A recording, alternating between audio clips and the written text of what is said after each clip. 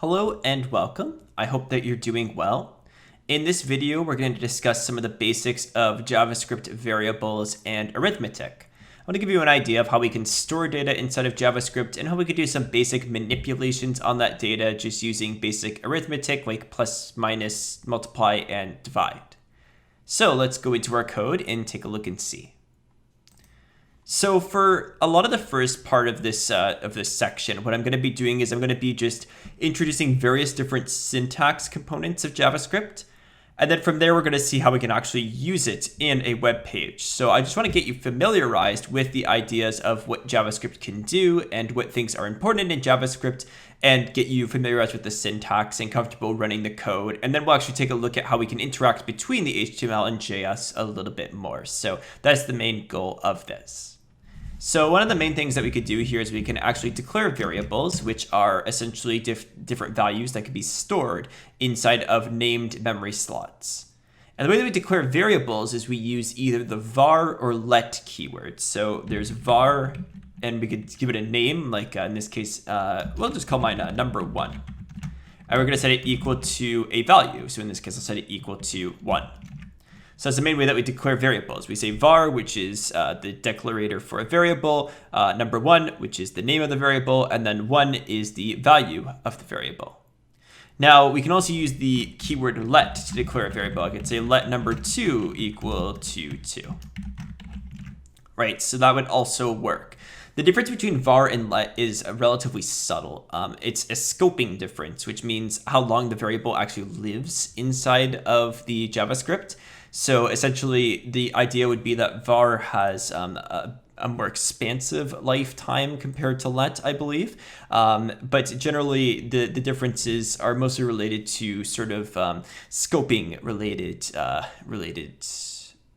issues. So for now, we'll sort of neglect that and just say that we can use var or let to declare variables. As you continue to learn more JavaScript, you'll see that there are some subtle differences between these based on how long they live. So once we have our variables declared, their types are going to be primarily inferred from what we assign them to. So since these are assigned to 1 and 2, it'd be inferred that these values are integer values.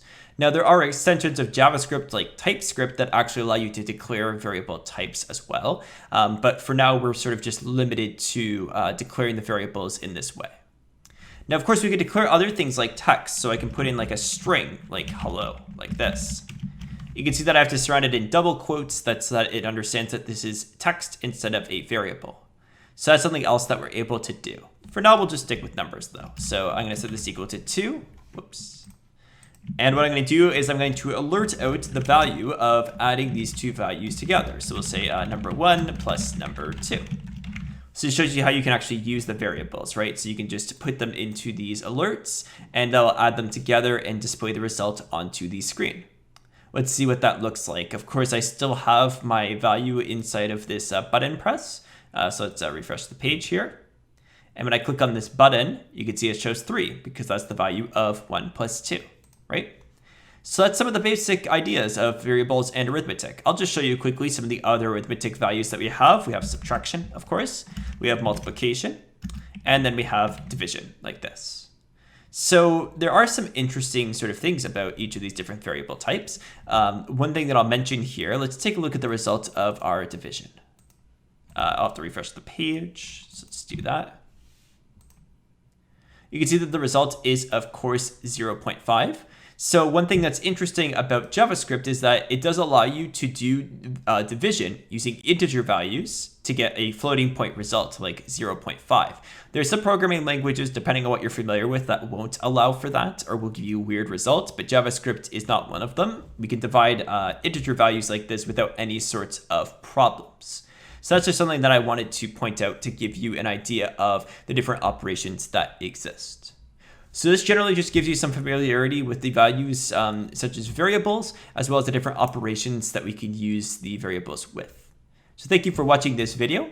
In the next video, we'll continue to apply our variables to various different operations and build up more logically complex programs with JavaScript.